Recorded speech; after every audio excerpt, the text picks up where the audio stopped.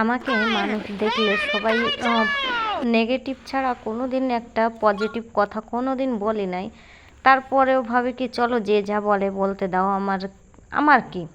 তারপরেও কিছু কিছু মানুষের কাছ থেকে একটু দূরে থাকা উচিত, যে দেখবা তোমার সবসময়ের জন্য নেগেটিভ বলে বা তোমার সবসময়ের জন্য তোমার মনোবলে আঘাত করে, তার কাছ থেকে একটু দূরে থাকাই উচিত।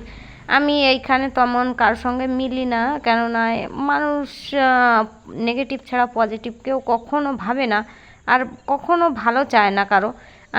একজনের সঙ্গে মিলি, সেও আমাকে এখনে বলে কি ঘর ফুকে তামাশা দেখো তুমি। কী জন্য জানো, আমি একটু গাছগাছালি লাগাই বা একটু গাছগাছালির পিছনে পয়সা খরচা করি, সেই জন্য ওই জন্য বলে কি তুমি ঘর ফুকে তামাশা দেখো, কি ফালতু গাছগাছালির পিছনে পয়সা খরচা করো। কিন্তু এটা দেখে না কি হ্যাঁ, মানুষের কিছুতে কিন্তু খুশি মিলতে পারে, কিছু করলে তার খুশি পায়, সে খুশি থাকে, এই জিনিসগুলো দেখে না। আর মানে এমন এমন কমেন্ট করে না, এমন এমন কথা বলে, তখন কিন্তু অতিরিক্ত কষ্ট হয়।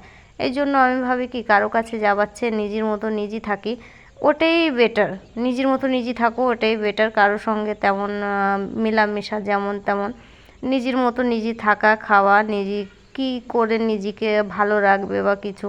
জন্য আগে যেতাম, আগে ওই কাকিটার কাছে একটু যেতাম বা ওই বোন দুটোর কাছে একটু যেতাম, যখন দেখি আমাকে দেখে এমন কথা বলে।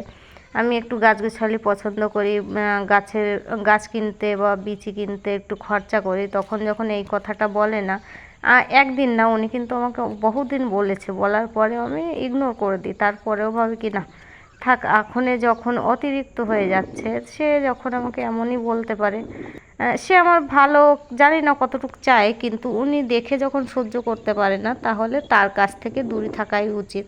আর আমি এই জিনিসটা করি, আমার মা বাবা ভাই কেউই আমাকে মানে পছন্দ করে না এই জিনিসগুলোর জন্য, কিন্তু আমার এতে একটু খুশি পাই, আমি ভালো থাকি।